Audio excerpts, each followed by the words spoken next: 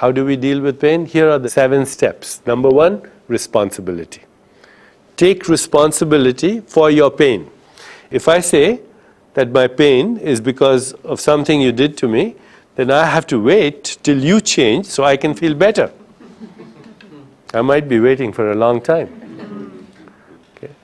The responsibility says, it doesn't matter what caused the pain, I take responsibility.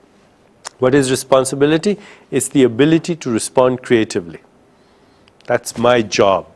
It's my pain, I have to take care of it. The first step.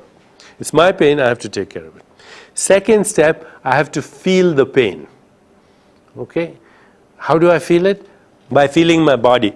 Because every emotional experience has a counterpart in my body. Close your eyes right now. And think of a painful emotional experience that you might have had in the last 3 weeks. Some encounter that caused you to feel a little bit of emotional distress. If you can't think of something in the last 3 weeks, think of something in the last 3 months. And if you can't think of something in the last 3 months, then you might as well come up here and give the rest of this talk. Okay. So does anyone need to think of an experience, need more time? Everybody can think of something that happened in the last 3 or 4 months that caused them to feel a little distress. Now as you think of that experience, start to feel your body. And see where you have a little sensation of discomfort. Imagine what happened. Think of what happened. See the images, hear the conversation, feel the feelings. And as you feel that, feel your body and see where you feel that discomfort. And then give it a word. What is it? Is it anger? Is it resentment? Is it fear or anxiety or guilt or sadness or depression? Don't use words that make you a victim. Don't say, I felt abandoned, I was abused, it was so-and-so's fault.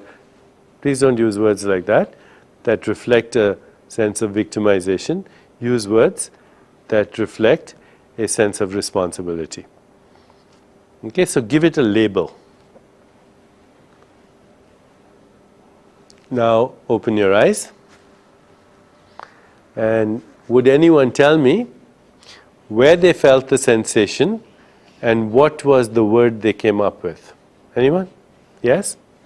Anger in my shoulder and neck area. Okay, so she felt anger and she felt some discomfort here. Okay? Anybody else? Guilt. Mm-hmm. She felt guilt and she felt it in the pit of her stomach. Anyone else? Sadness. Sadness, and she felt it in her heart. Most of you mentioned that the sensation was here or here. And somebody said it went here.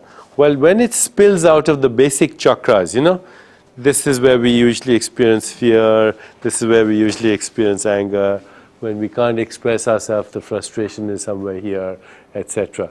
When it starts to spill here and there and everywhere else, we've been denying it for a long time. Okay. So what did we do right now? We did 3 things. We took responsibility. Then we witnessed it. That's the second step. Then we labeled it. That's the third step. And we labeled it in a way that did not make us a victim. We didn't call the emotion felt abandoned or abused or let down or disappointed. Those are the first 3 steps. The fourth step is expressing the emotion. How do we express the emotion? By actually writing down what happened in a journal.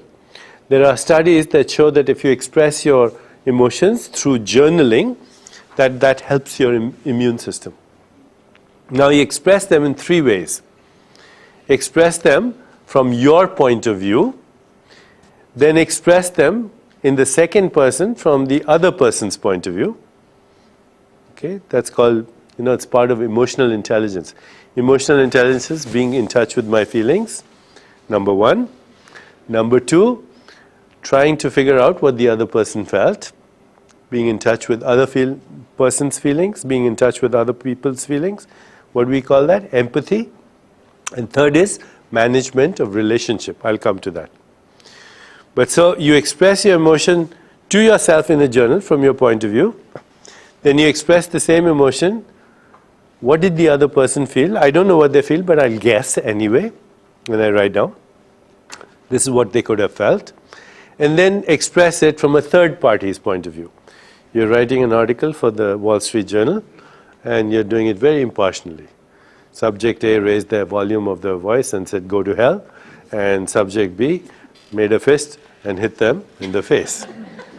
Okay, that kind of thing. Totally impartial. And you'll find something very interesting. When you express your emotion in those ways and write it down, the emotion doesn't feel to have the same energy. It doesn't have the same charge. It starts to dissipate. So that's the fourth step. First step, responsibility. Second step, witnessing it by feeling the sensation. Third step, defining it, labeling it, anger, guilt, depression, sadness. Fourth step, expressing it. Okay? Fifth step, we share it. We share it with someone who's willing to listen. And that's someone who cares about us, someone who loves us. It doesn't have to be the person with whom we had the interaction. It could be. It can be anyone.